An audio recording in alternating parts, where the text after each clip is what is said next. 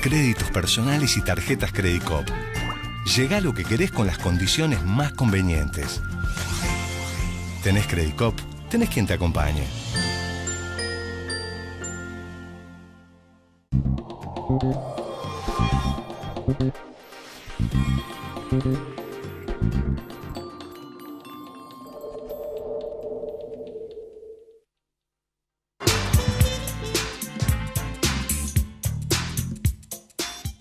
¿Qué tal? Buenas noches, bienvenidos. Como cada martes, esto es La Cultura del Trabajo.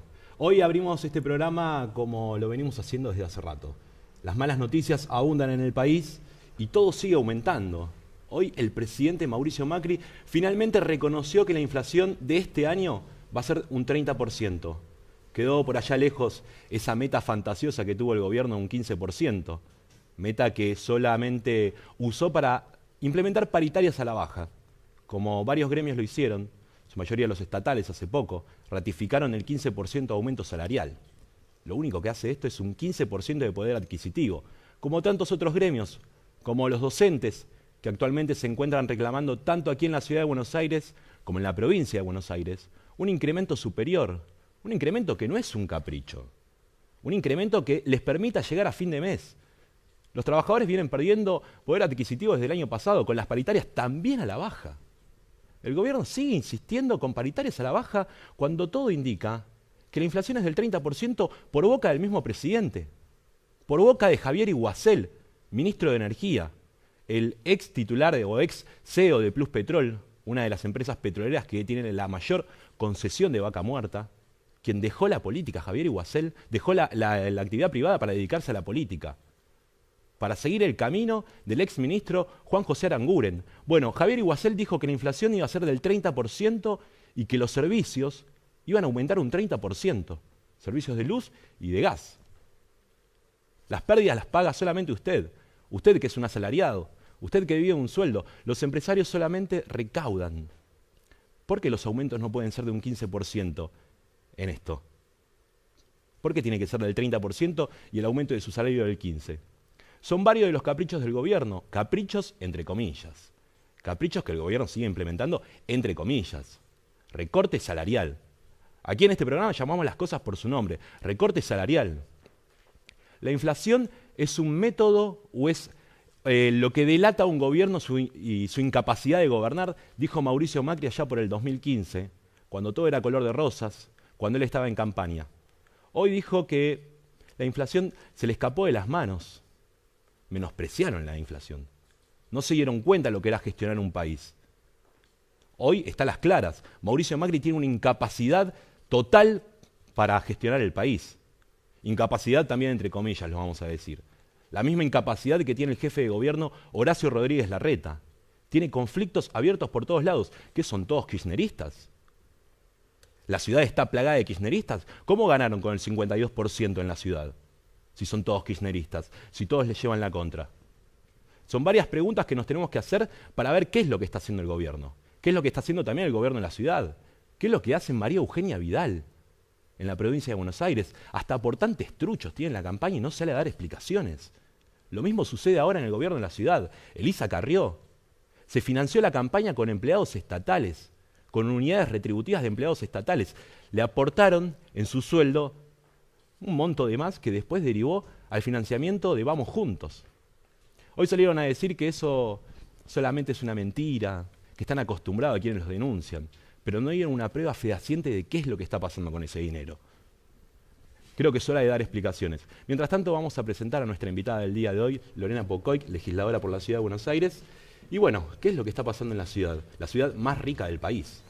Sí, es verdad, estamos en la ciudad que es el tercer presupuesto nacional y que tiene mayor presupuesto por habitante, y lamentablemente vemos que en el marco de las políticas públicas, lejos de que ese presupuesto pueda hacer una pequeña diferencia, donde la ciudad, como fue en otras etapas, se note un poquito menos el desastre económico, lo que está sucediendo es que se equipara, y se equipara por varios motivos. Primero, No es lo mismo Macri gobernando con Néstor o Cristina presidente que Larreta gobernando con Macri presidente. Es decir, que es como una contracara de lo que no puede hacer. Sí, a ver, Macri tuvo el lujo histórico de ser jefe de gobierno de una ciudad en una etapa donde se crearon más de 5 millones de puestos de trabajo formal, de los cuales muchos sucedían en la ciudad de Buenos Aires y tributaban en la ciudad de Buenos Aires y aportaban al fisco y consumían y reactivaban la economía.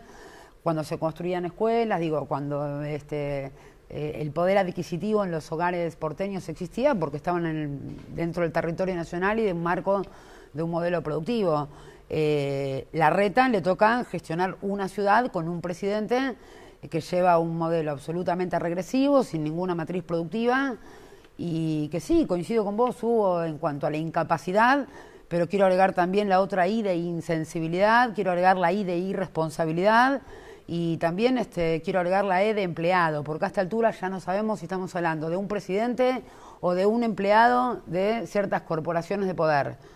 A las claras que con la cuestión del Fondo Monetario y las recetas que se vienen aplicando día a día, que en la ciudad, por lo menos a mí como legisladora, me toca ver cómo van ingresando los proyectos de ley del Ejecutivo que están en consonancia con las reformas y con los ajustes a nivel nacional, que en cada provincia se traducen de formas diferentes.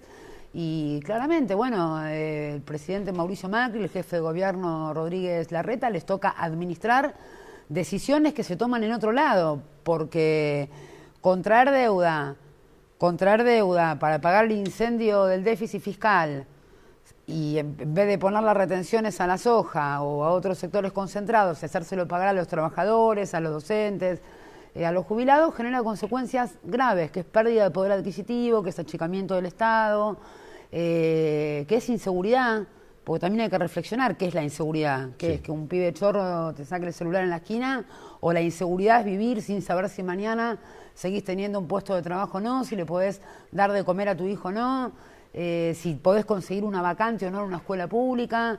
La verdad es que la situación que estamos viviendo es de mucha gravedad institucional y a lo cual hay que sumarle creo que el marco general de todo esto es que hemos perdido como nación capacidad de autodeterminar nuestras políticas. Esas 3 banderas que los peronistas reivindicamos de una patria justa, libre y soberana, perder la soberanía política es el principio del fin. Sí, más allá de lo que decías recién de que le toca en un contexto complicado como es el acuerdo con el FMI, habló Horacio Rodríguez Larreta, la administración de la ciudad, también previo a esto hubo una idea que yo creo que puede ser una idea de gestión, una idea de recortes, porque previo a esto también tuvo conflictos con los docentes, con los estatales, con los metrodelegados, hubo un montón de recortes desde políticas públicas de la ciudad. ¿No hay una clara idea de recorte de un Estado ausente? Sí, hay una clara idea y lo venimos padeciendo fuertemente, los legisladores de la oposición, que en este momento nos encontramos en una minoría absoluta. El PRO la legislatura pasó a ser una escribanía de los proyectos del Ejecutivo, porque tienen mayoría propia, por lo menos para todos los proyectos de mayoría simple, y a la brevedad creo que esas falsas opciones que inventan, llámese Lustó, un caso típico, van a terminar concluyendo en un bloque de 42 antes de fin de año seguramente. Y sí, la ciudad es una ciudad del ajuste, es una ciudad del recorte, es una ciudad que tiene un gran desprecio por una porción muy importante de la ciudadanía. Eso se ve en la forma en la que se distribuye el presupuesto.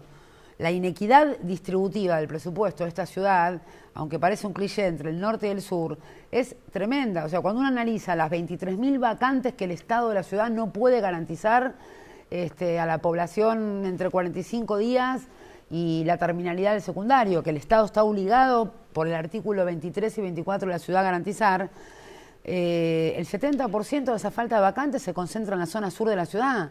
Es decir, donde tienen que construir escuelas, donde tienen que asignar nuevas horas de docentes, donde tienen que... ahí el Estado está ausente. Lo mismo pasa en el sistema de salud, donde vos tenés una población que por ahí puede tener obra social porque tiene un empleo, o puede pagar una prepaga en la zona norte, en Recoleta, en Palermo, en Belgrano o en otros barrios. Por ahí tenés 2 hospitales públicos, el Fernández, el Rivadavia, en la zona donde el 60 o más del 60, ya estamos en el 70% de la población requiere del hospital público, por ejemplo, Comuna 8, caso de Lugano, no tenemos un hospital. Es decir, cómo se distribuyen los recursos, cómo se gestiona en función de pensar la posibilidad de igualdad de acceso a los servicios y a los bienes públicos. Hay un gran desprecio y hay una gran división en ciudadanos de primera y ciudadanos de segunda. Pareciera ser que para Larreta y que para Macri, algunos somos casos perdidos, y somos una gran mayoría los casos perdidos, y que en este repliegue ante la caída de imagen han decidido consolidar fuertemente ese núcleo duro que desprecia todo lo popular y que desprecia la posibilidad de la igualdad de oportunidades. Es un núcleo que está convencido que no todos tenemos derecho a estar escolarizados. Es un núcleo que considera que está bien que los pibes a los 16 años vayan a trabajar. Es un núcleo que está de acuerdo en que haya reformas educativas, que a los chicos en tercer año los manden a trabajar en convenios con empresas privadas.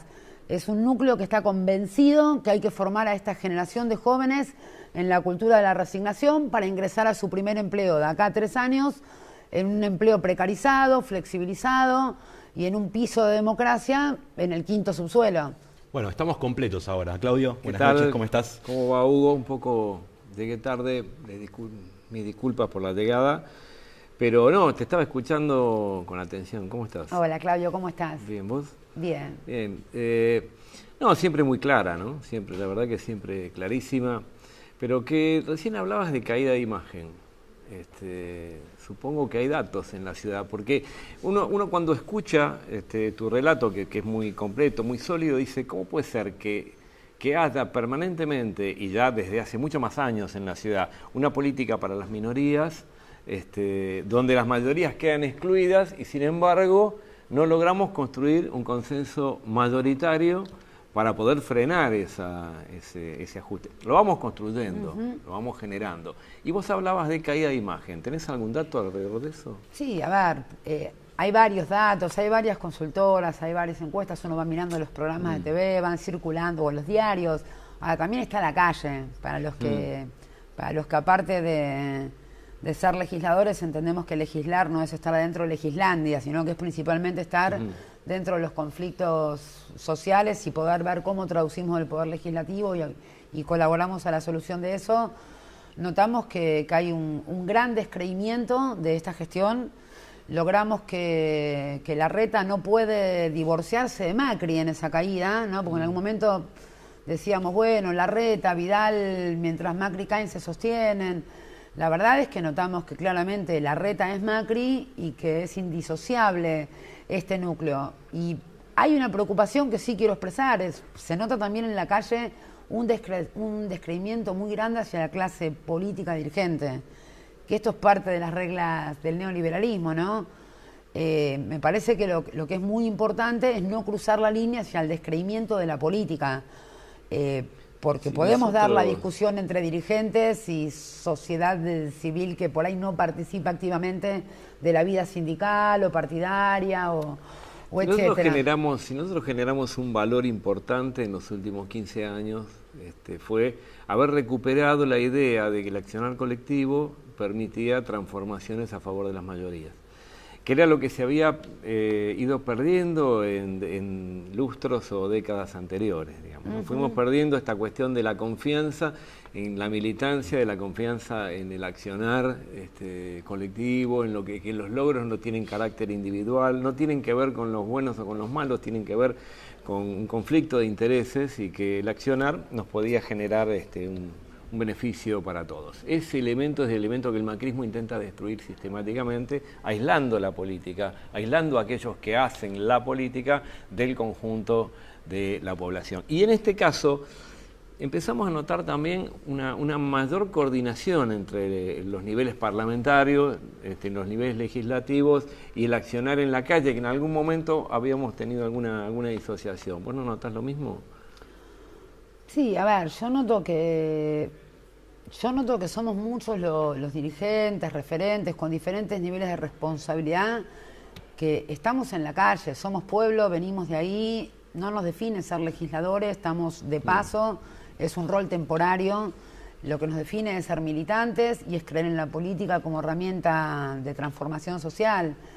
Yo en la calle lo que noto es, por ahí a diferencia, ¿no? Haciendo una analogía con mi cuando a mí me tocaba ser joven en los 90, de esa primera juventud, sí, ya sé que sigo siendo joven, pero milito desde los 13 años.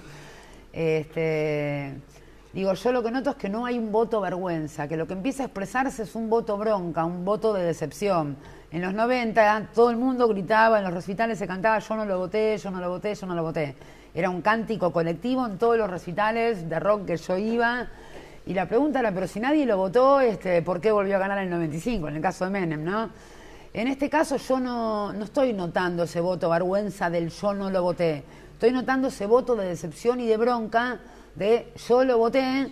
Me sale, hago un esfuerzo por no usar las palabras coloquiales con las que lo expresaría en otro ámbito no televisivo. Pero bueno, yo lo voté a este hijo de puta y me decepcionó. Porque la gente vota con esperanza. Digo, aunque la militancia a la cual yo formo parte nos enojemos o creamos que no entendió el pueblo, digo, el enojo dura un rato, pero la verdad es que hay que reconocer que nadie va un domingo a depositar una boleta, una urna, si no lo hace con esperanza y con el anhelo de vivir mejor. Luego se podrán analizar los componentes. El problema, y ya para concluir esta pequeña idea, el problema es que el gobierno interpretó que el voto en la urna es un cheque en blanco, y en la última elección se vio con mucha claridad.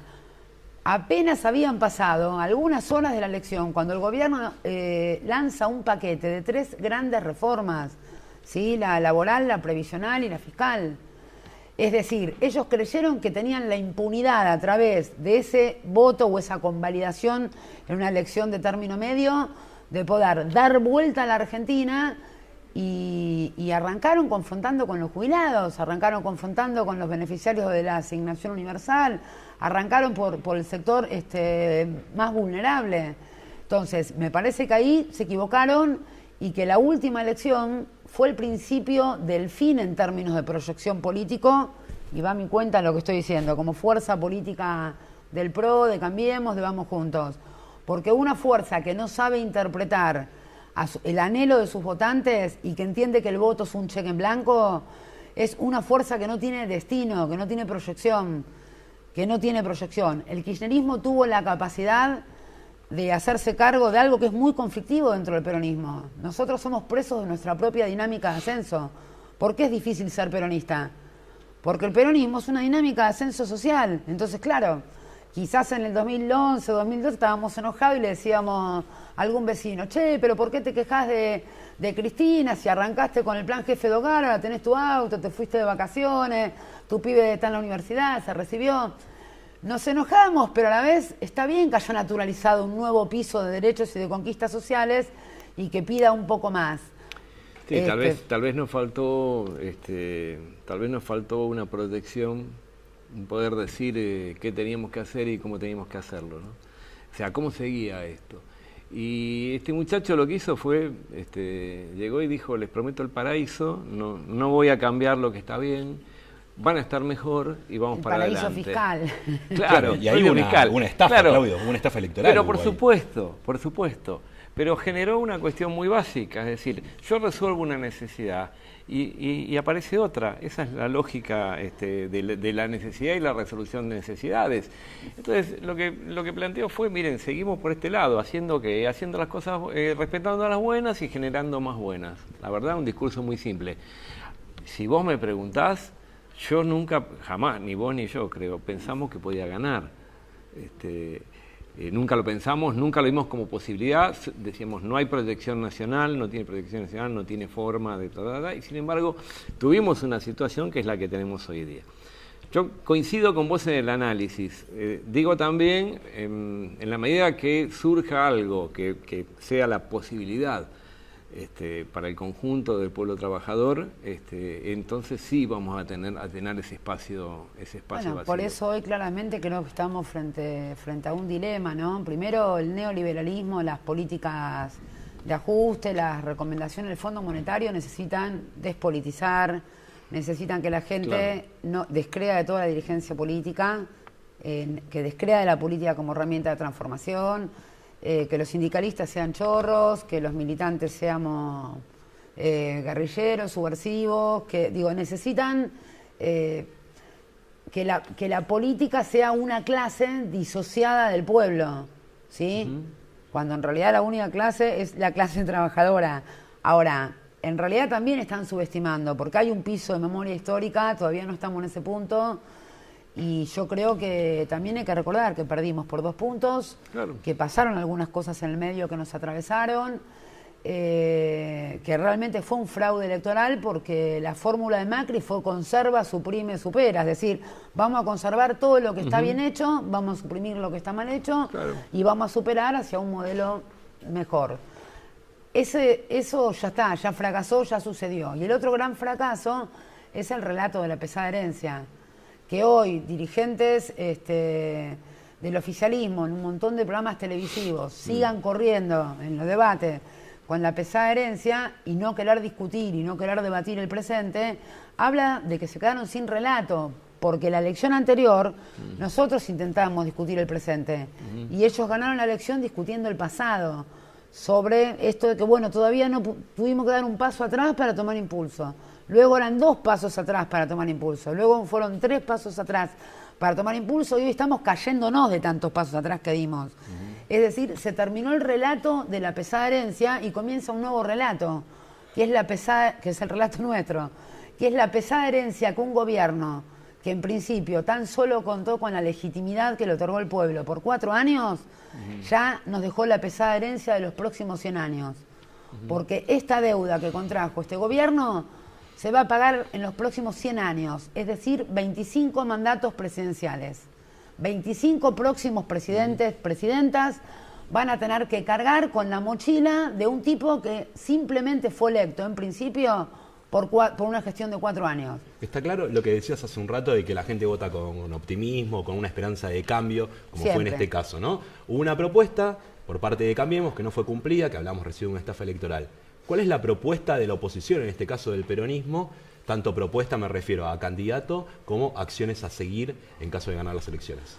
Bueno, en esto de terminando de desarrollar la idea del dilema, ¿no? Me parece que está claro que cada vez se cae más la credibilidad en que este gobierno o cualquiera de los dirigentes representativos de esta fuerza de gobierno esté en condiciones de poder presentar una fórmula competitiva en el 2019, por lo menos en este rumbo en el que estamos. Lo que no está claro es que esa caída implique que el campo nacional y popular y el movimiento nacional se pare con una propuesta que esté a la altura de las circunstancias históricas de poder frenar este modelo. Creo que esa es la responsabilidad de todos los cuadros políticos, dirigenciales, del movimiento obrero, de las organizaciones políticas, sociales, territoriales, que es poder construir una gran fuerza de unidad en condiciones de frenar esto.